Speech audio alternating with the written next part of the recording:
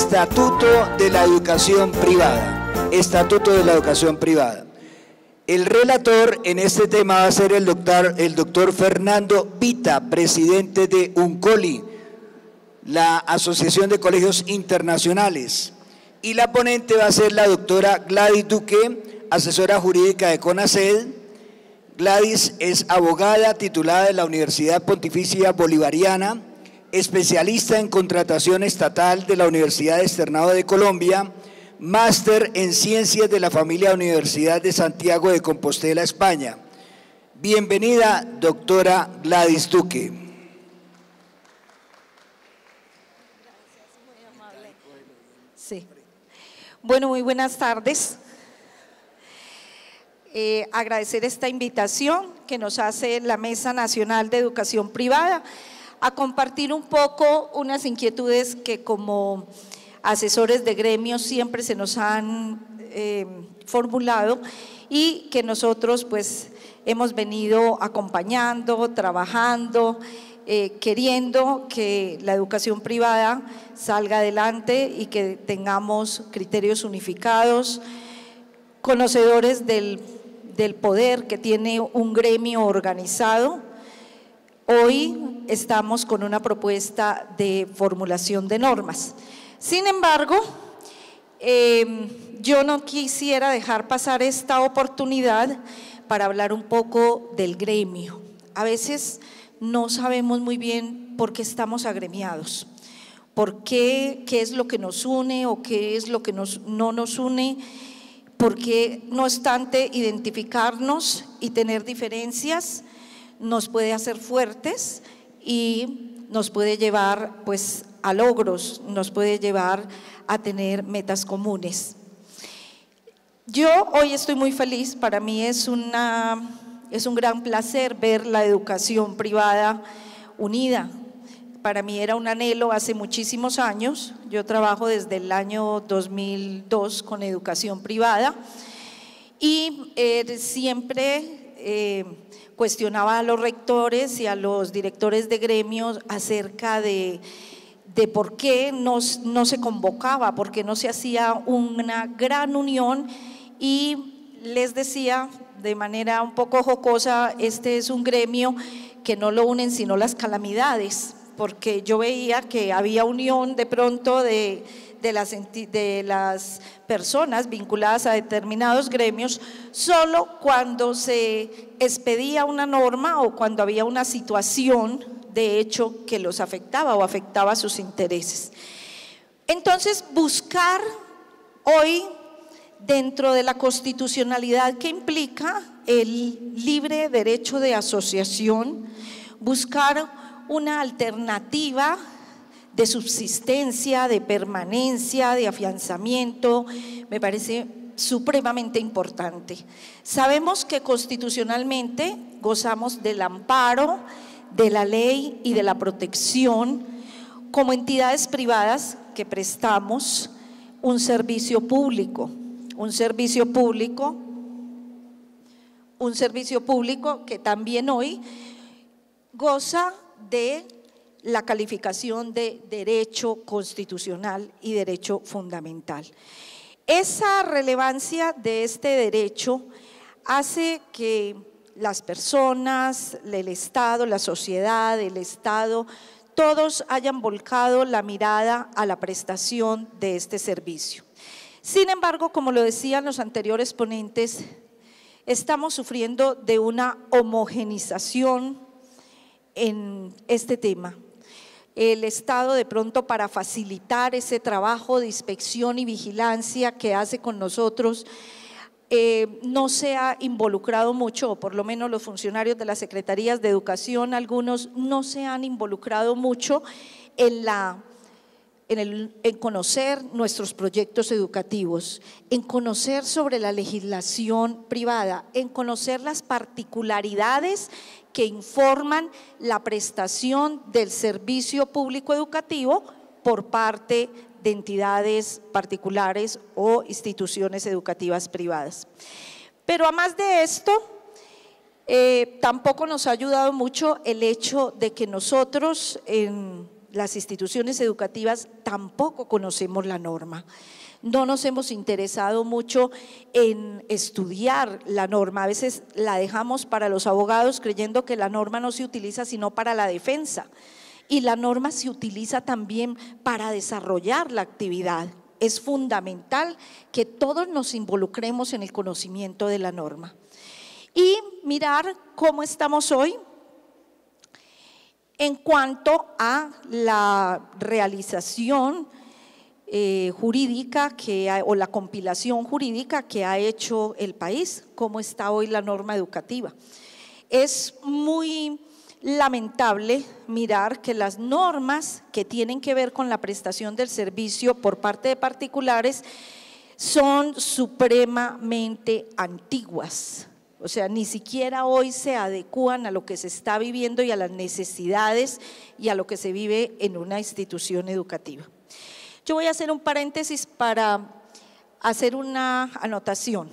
Yo traje una presentación donde hacía pues una relatoría un poco mayor acerca de lo que es el gremio, de lo que debemos buscar como gremio, de la necesidad de estar unidos y de la parte legal, pero entonces como el tiempo me lo han recortado sustancialmente, entonces yo se las voy a mandar. Es importante que las miren, yo creo que se hizo un trabajo muy juicioso, no es una idea sobre la nada, es un trabajo que tiene su fundamentación, tiene su dedicación, entonces se los voy a compartir, pero no voy a seguir las diapositivas porque sería imposible abordar toda la temática.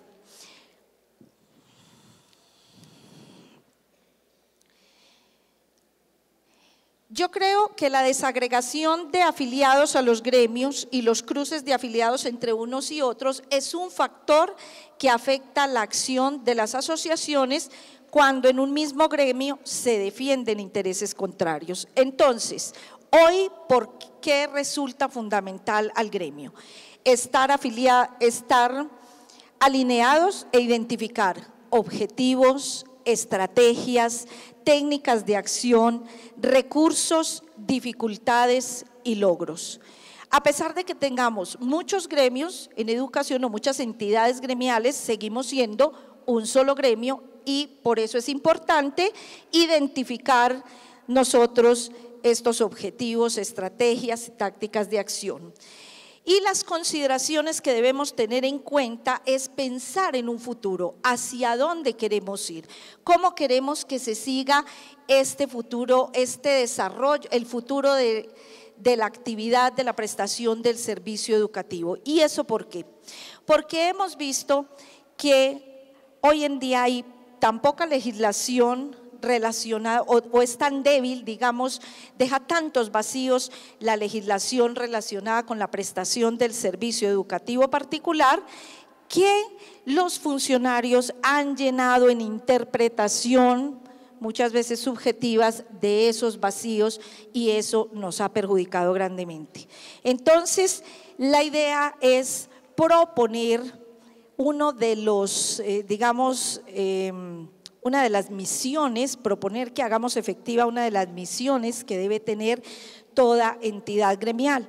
Y esa misión que es fundamental es la relacionada con la expedición de normas. Nosotros pocas veces nos hemos involucrado en la expedición de normas y es importante conocer que esa es una posibilidad que nosotros tenemos. Ahorita los ponentes anteriores hablaban sobre la posibilidad de crear una normatividad que nos favorezca frente a costos, a pagos de pensiones. Realmente me pude dar cuenta y hago esta anotación que nosotros sí tenemos la norma es la 1650 y ahí habla muy claro de cómo debe ser el proceder de los padres de familia para poder demostrar una insolvencia económica. Lo que pasa es que nosotros tenemos que trabajar el tema de costos y el tema de pagos, lo tenemos que trabajar fundamentado haciendo el ejercicio de fundamentación legal sobre las leyes que existen. Esa 1650 muy poca gente la conoce y es del 2013. Ese es del 2013 y nosotros personalmente en mi empresa hemos ganado muchísimas tutelas que tienen que ver con cobro de pensiones y todo esto con base en la 1650 y con base en unos principios constitucionales que hay que desarrollar también desde lo legal. Lo que pasa es que las tutelas, no obstante, no se necesite una formación, ser titulado abogado para contestarlas, las tutelas van a ir donde un juez, las personas que ponen la tutela se han asesorado también de profesionales en derecho o de las mismas secretarías de educación o de las personerías, donde les han ayudado a elaborar la tutela, entonces eso tiene que tener un sustento legal pertinente, ¿sí? Pero normatividad hay. Lo que pasa es que tenemos que conocerla y saberla fundamentar. El principio que rige la contratación, por ejemplo, en el tema de matrícula y de la vinculación de los padres de familia al sector educativo privado, es el principio de autonomía de la voluntad o los principios de autonomía de la voluntad y confianza mutua, ¿sí? Y esos principios hay que hacerlos valer en las tutelas. Si un padre de familia firma, yo confío en que me va a pagar, ¿sí? Y cuando no cumple, pues rompe el principio de confianza mutua. Entonces, todo eso hay que hacerlo valer en una tutela. El principio de la buena fe que se rompe cuando un padre de familia firma indefinidamente compromisos de pagos que no se cumplen, ¿sí? Ese también se rompe el principio de la buena fe. Todos esos argumentos son válidos en las tutelas. Necesitamos esa parte, lo que sí nos ha dicho yo, más que en el ejercicio de la tutela y que se pueda hacer algo ante el gobierno como una legislación especial para que se prohíba que los padres de familia salgan de las instituciones sin pagar, yo pienso que lo que hay que hacer es diferenciar lo que es la prestación del servicio educativo y lo que es la empresa. La Corte lo ha dicho muchas veces, tiene que cobrar, y si yo estoy otorgando un crédito, ¿qué es lo que hago con un estudiante? Porque cuando un estudiante ingresa al colegio, yo de una vez ya no lo puedo sacar, o sea que ya le otorgué un crédito por 10 meses, y si yo voy a otorgar un crédito, yo les pregunto, si fuéramos hoy ya en este momento todos allí a una cooperativa a hacer un crédito de 500,000 pesos, ¿qué no nos piden? Y nosotros no estamos solicitando ningún documento que nos sirva de respaldo para un posible cobro que tenga que hacerse por la vía judicial o para la recuperación de esas carteras. Entonces, sobre eso hay legislación. Lo que tenemos es que profundizar acerca de los principios constitucionales, los sustentos de tutela y los fundamentos legales. Pero hay temas que sí podemos y debemos revisar y que es la propuesta que tenemos. Ya que estamos nuevamente floreciendo como gremio, es muy importante que no dejemos escapar este momento y que logremos una evolución normativa en nuestro país. ¿Qué tenemos hoy? Hoy tenemos un estatuto compilatorio. ¿Qué hizo el estatuto compilatorio? La 1075 lo que hizo fue recoger, ¿sí?, en lo que se desarrolló como una política de Estado, porque esto no solo pasó con la educación, sino que esto pasó con todos los temas, ¿sí? Entonces recogió toda la legislación que había como regadita, decretos, leyes, todo, y todo lo juntó ahí. En teoría, porque eso es algo sobre lo que tampoco nadie ha dicho nada, en teoría esas normas no fueron modificadas, simplemente era hacer una compilación de lo que estaba vigente, pero ya hemos encontrado varios textos que fueron suprimidos y son textos que tienen que ver con legislación que le interesa y le favorece a la educación privada. Entonces, ese es un tema que vamos a revisar, que estamos en revisión con los asesores, mirar, detectar qué fue lo que se suprimió, que no se podía suprimir porque los textos compilatorios no pueden suprimir. De hecho, en las consideraciones dice que no hubo supresión de textos cuando claramente sí la hubo. Entonces, ¿qué es lo que queremos? Lo que queremos es, mire, si nosotros logramos unas normas unificadas, si nosotros logramos que esto sea una normatividad legal suficiente, amplia, que realmente cubra las expectativas en temas de autonomía institucional. Sí, hay 2 o 3 articulitos y no hay nada más. Necesitamos desarrollar esa autonomía para que la podamos aterrizar a nuestras instituciones educativas, porque entonces el uno la interpreta y el otro la interpreta, entonces como la cosa es ahí como ambigua, entonces el que quiere la desconoce, ¿sí?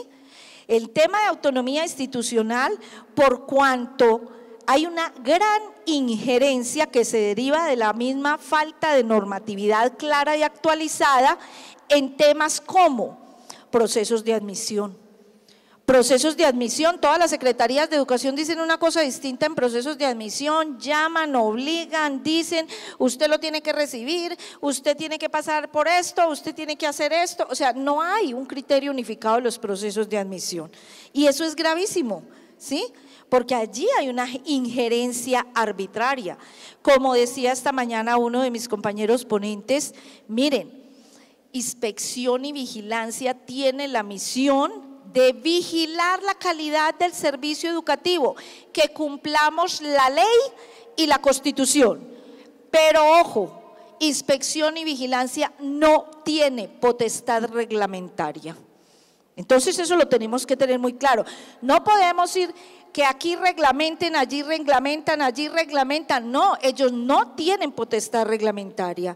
Y hay, entonces, ¿qué nos norma a nosotros? Nos norman los decretos, las leyes, o sea, lo que sea norma. Pero un funcionario administrativo no puede crear norma, no tiene esa competencia. Y ahí lo vemos también en el caso de costos educativos, del tema que estaban hablando ahora. Ahora se viene el tema de los requerimientos de las secretarías de educación, del rechazo a las propuestas de costos educativos. ¿Por qué rechazo? Yo incluso leí una directiva ministerial que decía, como este es el motivo de mayor queja, lo de otros cobros y otros cobros periódicos y otros cobros periódicos, decían, como esto es lo que genera mayores quejas al ministerio, entonces recomendamos suprimir los otros cobros y otros cobros periódicos. ¿Con fundamento en qué? O sea, ¿por qué se hace? Porque genera mucho trabajo al ministerio. Eso nosotros no tenemos nada que ver en eso. O sea, eso es algo que nos dio la ley, algo que nos otorga la ley. Que los otros cobros periódicos pueden ser estos y estos. Algunas secretarías de educación hoy y en el pasado lo han hecho y hoy algunas están repitiendo el intento de reglamentar el tema de otros cobros y cobros periódicos. Las secretarías de educación no pueden reglamentar ese tema porque ellos no tienen potestad reglamentaria.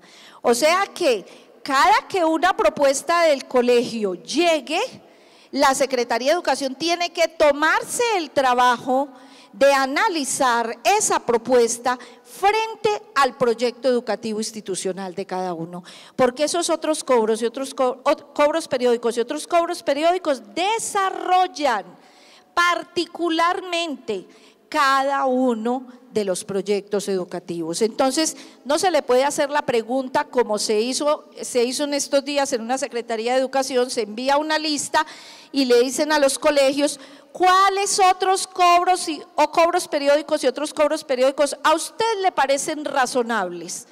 Es que mi concepción de razonabilidad es muy distinta a la del colegio del frente, porque trabajamos diferente. Porque uno es confesional y el otro no, porque uno ofrece una propuesta educativa y el otro la ofrece totalmente diferente. Entonces, sobre eso también hay que tener mayor claridad. Ahora, por ejemplo, ¿cuánto es el incremento Falta también de claridad en norma. ¿Cuánto es el incremento para otros cobros periódicos y otros cobros periódicos? Entonces, cuando uno va y dice, ¿cuánto es el incremento? Eso no lo dice ninguna resolución ministerial, ha dicho eso.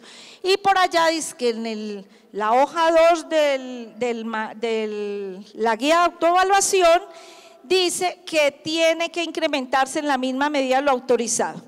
Primero, el aplicativo es un instrumento para recoger información, no es una ley. O sea que eso no tiene fuerza de ley. Pero nosotros no conocemos esa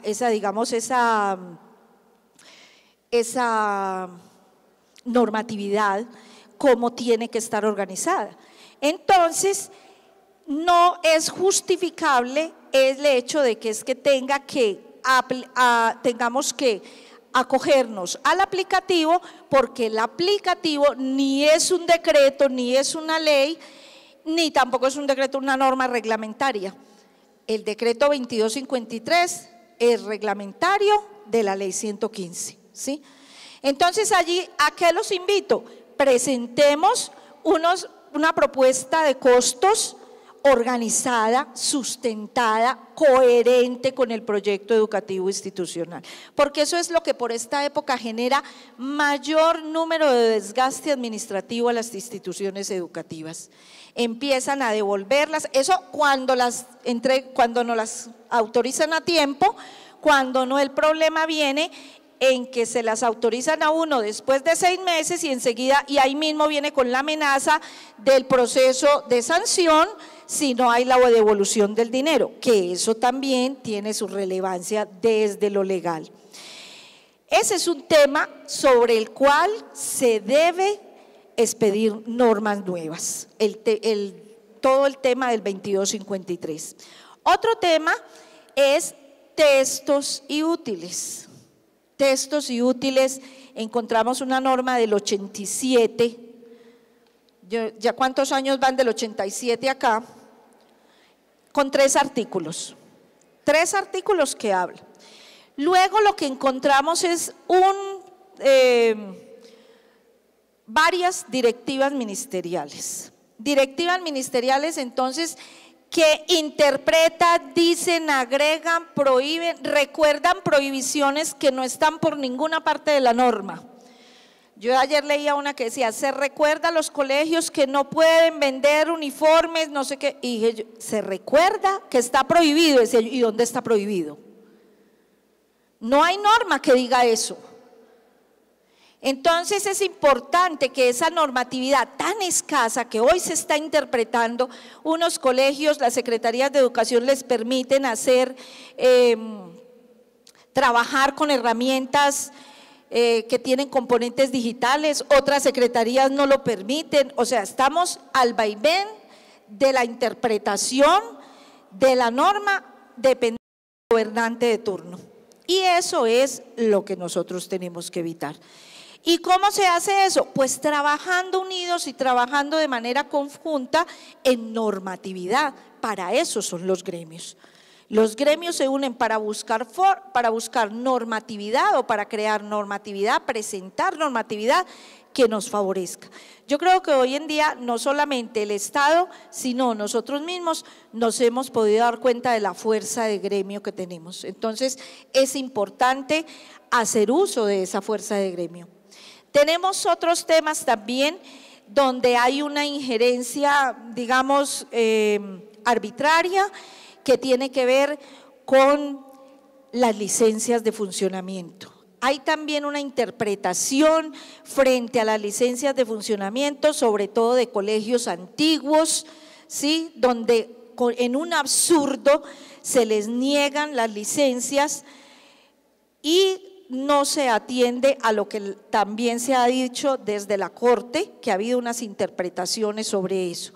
Entonces, cada Secretaría de Educación interpreta. ¿Cuál es diría yo, la problemática? La problemática es que nosotros sí tenemos que tener un criterio unido para defender esto a nivel de gremios. ¿Por qué? Porque las secretarías de educación no dependen del ministerio. A veces eso no lo tenemos muy claro. Las secretarías de educación, el ministerio dicta las políticas educativas, pero el ministerio no es jefe de las secretarías de educación. Entonces le queda imposible muchas veces entrar a resolvernos. Muchas veces nos vamos a poner la queja al ministerio. Yo he visto venir a Bogotá más de un rector porque ya no sabe qué hacer y dice, pues ante esto me voy para el ministerio, pero realmente el ministerio no puede entrar a resolver algunas situaciones porque hay una autonomía también frente a el trabajo que hacen las secretarías de educación, ya sea de orden departamental o de distrital o municipal. Entonces, si estas secretarías de educación no tienen unos criterios definidos, pues nosotros sí vamos a tener que establecer los nuestros y pues en tanto sacamos normatividad, actualizamos toda esta normatividad que es la que hoy nos tiene que más que nunca convocar y unir. Yo pienso que no es el gremio, no se hizo, el del origen más puro, los gremios no nacieron para confrontarse con nadie, ni con el Estado, ni con terceros. Los gremios nacieron para fortalecerse, para unirse, para compartir conocimientos, para buscar normas que nos hagan fuertes, que nos protejan, que hagan que haya una permanencia, que se garantice la estabilidad, que se garantice que los colegios no se cierren, ¿sí? Es importante eso. Hemos visto cerrar muchos colegios ante la mirada pasiva de los otros propietarios de colegios.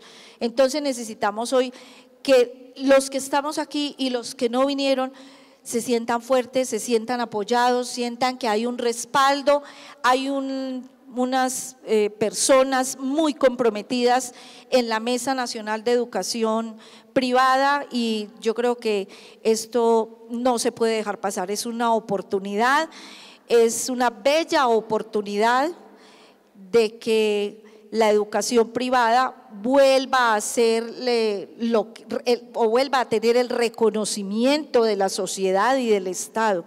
Es muy triste hoy mirar cómo casi que nos ven como mercaderes de la educación, así lo dicen y así nos lo dijo en estos días un funcionario. Es que a ustedes los ve la gente como mercaderes de la educación, pues es la mala publicidad que nos hacen, ¿sí? Porque nosotros no salimos sino en la prensa a principio de año hablando todos los otros cobros. Alguna vez yo le pregunté, porque yo trabajé muchísimos años en el sector oficial y entonces yo le decía a una funcionaria de inspección y vigilancia de una secretaría de educación que decía, es que hay muchas quejas de los colegios privados. Y le dije yo, sí, contame cuántas. Y me dice, 365. Y le dije, ¿cuántas hay de los oficiales?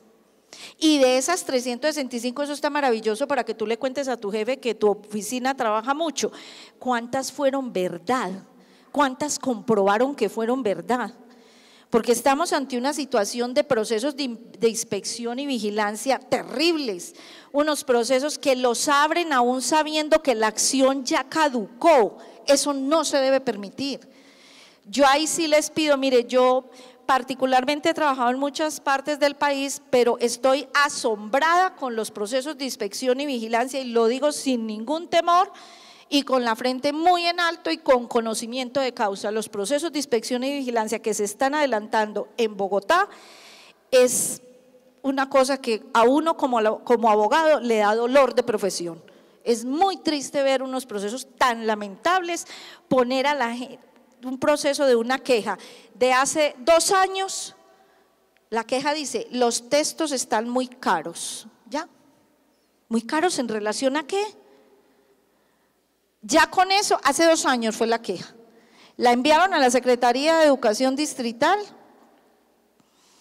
hace 1 año y ayer abrieron cargos. ¿Qué es eso? Eso ni siquiera consulta los principios que orientan la función administrativa, transparencia, celeridad, o sea, ni siquiera eso. O sea que uno queda aquí como con un péndulo aquí para caerle en la cabeza indefinidamente. Y entonces hay 20 quejas sobre textos y entonces a usted le abren 20 procesos sobre textos, va llegando de a uno y le va a hambriar, por Dios. Hay un desconocimiento craso de lo que es el proceso de inspección y vigilancia. Entonces, ahí sí los invito, asesórense. asesórense, y esto es derecho administrativo, esto no es ni laboral, ni penal, ni comercial, ni civil, ni constitucional.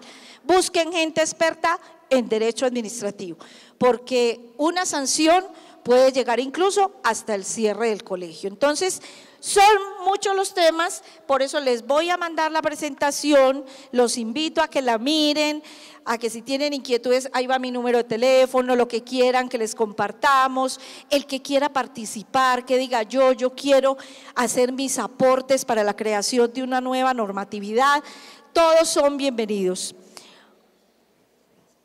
Bueno, este fue el tiempo que me dieron, muchas gracias, muy amables, que tengan una feliz tarde.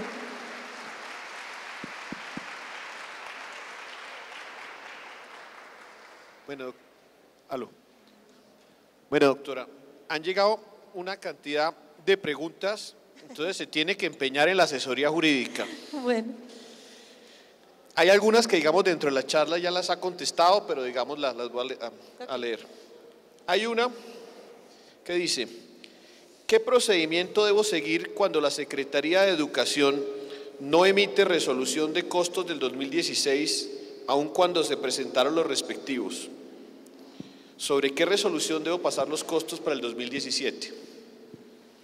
Bueno, primero, ese fue uno de los textos que eliminaron de la ley, que fue el silencio administrativo positivo. Si ustedes lo buscan en el 2253, allí estaba, y si lo buscan en el decreto compilatorio 1075, no aparece. Ese era el tema que les estaba hablando. No obstante, no hay una razón para la que los hubieran eliminado. En ese, si no se ha expedido, hay varias acciones. Primero, ahí hay una falta disciplinaria por parte del funcionario, quien se puede hacer la denuncia ante la Oficina de Control Interno Disciplinario.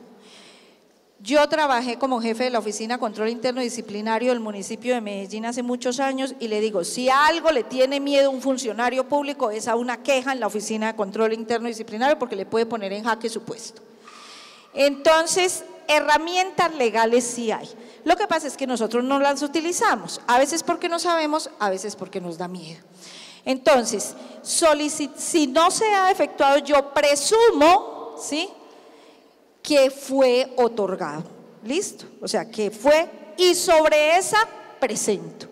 Ya, si la entidad va a decir que no, me la va a rechazar, yo agoto los recursos y expongo las razones en las que el Estado se ha equivocado, cuáles han sido sus omisiones, y que no me pueden, la carga de la inoperancia del Estado no se la pueden trasladar a un particular. Ojo con eso, eso es un principio del derecho administrativo.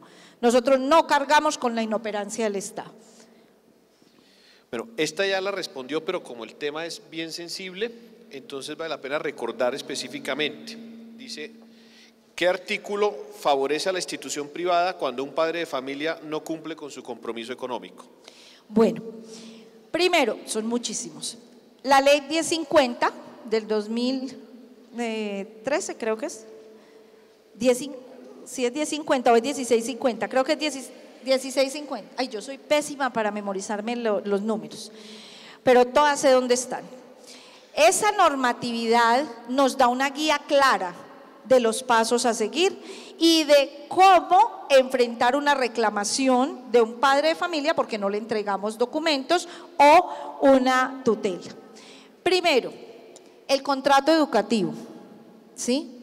El contrato educativo se autoriza por la ley 115 para garantizar la recuperación de costos educativos. Obviamente hay otras obligaciones ahí que tienen que ver con la corresponsabilidad en el proceso educativo, pero lo fundamental es eso. Fíjense cómo las instituciones oficiales no se vinculan a través de un contrato. Entonces, lo primero es el contrato educativo. Lo segundo, tenemos una herramienta que es el pagaré, que creo que ya la tenemos en casi todas las instituciones. El pagaré te permite acceder a un proceso ejecutivo, un proceso rápido para el cobro, ¿sí? Esa también la podemos utilizar. Ahora bien, existe una dificultad que es así, tiene que ver con los procesos de admisión. La dificultad es que usted puede tener todos los documentos que quiera, pero si la persona no tiene patrimonio, Hay necesidad de tener título, y lo tenemos el contrato, tenemos el pagaré, pero hay la necesidad de tener patrimonio a ejecutar, y si no, el juez no puede hacer nada. Entonces pensemos qué estamos haciendo en los procesos de admisión para saber que quienes ingresan a nuestros colegios pueden pagarlos. Porque es que hoy en día estamos, primero, nosotros sí solicitamos paz y salvos, ¿sí? Pero no los verificamos. Si ustedes supieran cuántos de esos los hacemos en internet, no los verificamos, ¿sí? Ahora bien, yo puedo haber logrado un paz y salvo después de ser una persona supremamente morosa, no haber pagado durante tantos años y pagué para irme, y eso no quiere decir que a ti te va a llegar un buen cliente, él va a seguir siendo un mal cliente, ¿sí? Entonces hay que revisar esos procesos de admisión. Todo lo que tenga que ver con información financiera, todo se lo podemos pedir al padre de familia. Y si no, leamos las sentencias. Las sentencias nos están diciendo, esa es una parte empresarial que usted la tiene que manejar como cualquier empresa cobre. Y yo para cobrar tengo que asegurar tener herramientas de cobro. Continuando con el tema de costos, dice, ¿qué pasa si se vence el plazo para la tarifa libre en el primer grado en el cual se puede subir costos y no se realizó este incremento? ¿Cómo se puede subir ahora? A ver, esa es una situación, es una pregunta que tiene como dos aristas. Primero, ¿qué pasa si a mí me autorizan subir 10 pesos y yo no subo 10, subo 8? De hecho, la resolución de costos es un acto administrativo y como tal se presume válido hasta tanto no se declare su nulidad. O sea que yo tengo una autorización que me la da el acto administrativo. Pero esos actos administrativos tienen una vigencia de 1 año. Entonces, desde hace como 2 o 3 años, lo que se ingenió el ministerio fue que en la resolución de costos, para evitar que nosotros dejáramos ahí como un colchón, entonces lo que se ingenió fue que en la resolución del ministerio, donde autoriza los incrementos, dice sobre lo efectivamente cobrado, ¿sí? Entonces ahí nos arregló. O sea, ¿cómo poder volver nosotros a echar mano de ese colchón? Ya es imposible, porque además esas resoluciones tienen una vigencia anual, ¿sí? Sin embargo, hoy, ¿cuál es la recomendación que damos los asesores? Mire, si a usted le incrementan, pues ahora que por lo menos este año creo que va a ser muy bueno, el viceministro esta mañana dijo que se iba a manejar bien, ¿cierto? Entonces, pero hay veces que no todos, porque yo me imagino que la mayoría tenemos que incrementar lo que nos autorizan, pero habrá alguno que no porque no la necesite, sino porque el bolsillo de sus papás no les da, tendrán que irse por debajo. Mi sugerencia o nuestra sugerencia es que se facture lo que me autorizaron y que se otorgue o un subsidio o un descuento o algo así, pero saquen una resolución rectoral y dejen eso clarito, es solo por este año, o sea, hagan una estructura de eso y que sea basada, fundamentada en una resolución rectoral, pero en la factura cobre, porque dice lo efectivamente cobrado, cobre en la factura lo que es. Usted ya verá si lo otro lo maneja como beca, lo maneja como subsidio, lo maneja como aporte o bono, pero eso tiene que quedar con algún respaldo en un documento que puede ser una resolución rectoral. Bueno, me van a regañar por seguir haciendo preguntas, pero pues nuestro compromiso es que al final de todas las que queden sin respuesta, en todos casos nos comprometemos a hacérselas llegar, pero pues abusando de ustedes, hay una que me parece pues interesante, esta nos llega de Santander. Dice, dentro de las competencias de las Secretarías de Educación, ¿es válido que ellos retiren del CIMAT los estudiantes que están con deudas de los colegios para que se matriculen en las escuelas amparados, según dicen ellos, por orden del Ministerio y el Derecho a la Educación? Sí, sí es válido y no es una buena práctica dejar a los estudiantes vinculados en el CIMAT. O sea, esa es una herramienta que es creada por el Estado para tener precisamente una información de matrícula real, ¿sí? Entonces, cuando yo no tengo al estudiante en el colegio, pero lo dejo ahí atado al CIMAD, esa información no es verídica e incluso a nosotros nos puede generar una sanción. Entonces, yo no recomiendo hacer eso. O sea, siempre que me dicen, lo voy a dejar en el CIMAD, no lo dejen en el CIMAD porque eso se le puede venir a usted en contra. Doctor Pedro Luis, usted es el dueño del aviso. Bueno, muchas gracias. Muy buena tarde.